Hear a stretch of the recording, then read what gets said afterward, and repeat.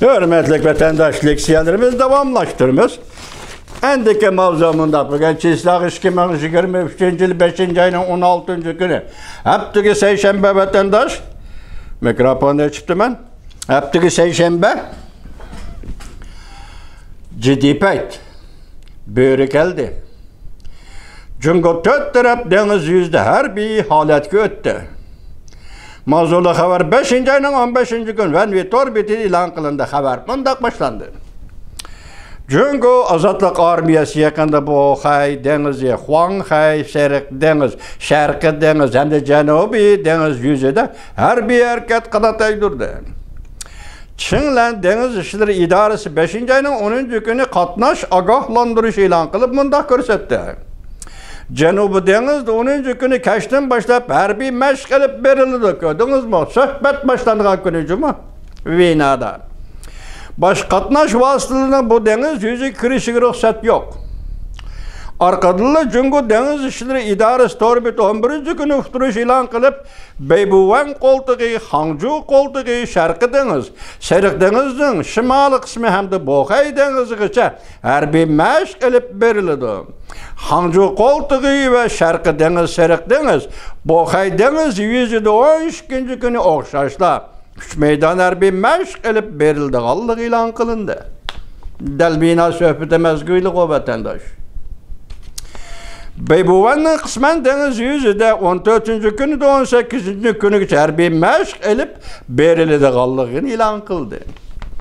Cüngünün her bir İslam Məxsusistonu 11. Məxsusistonu Şingtav'nın küzütüsü 15. günü tehlil makalesi ilan kılıp mundak görsetti. Cüngünün Canubi Deniz'de her bir meşgulat elip verişi Amerika ile Filipin'in her bir İslam emkarlığına qarıtıldı dedi. Dört joyda her bir bazı kurup bir de kalmazdan Filipin Amerika'ya yani Amerika ile mörü götürüp belgelik birleşim manevri ötküzdü. Katnaşkan her bir adamların kölümü tarihi rekordunu buzub etti. Çünkü hoşyar buluşqa başıldı. Mörü götürüp belgelik her bir manevriga 5400 nefer Filipin askeri kısımları, 12200 nefer Amerika harbiy kısımları askeri adamlar katnaştı. Bunundan Cungo kriz tuygusu ilan kıldı. His kıldı, ilan kıldı emas, his kıldı. Ukrayna Bakhmut 6. sepede hücum öttü. Yani bir haber. Rusya'nın bir nefer, yoki bir necha nefer harbiy pozitsiyasini nefer emas şumu? Kechiringlar. Bir necha harbiy pozitsiyalarni vayron qildi. Mavzuli xabar 5. ayning 15. günü Amerika ovozdan Xitoy tili programmasi e'lon qilindi. Xabar bunday boshlandi. Washington, Ukrayna harbiy taraf dushanba 15. günü bunday ko'rsatdi.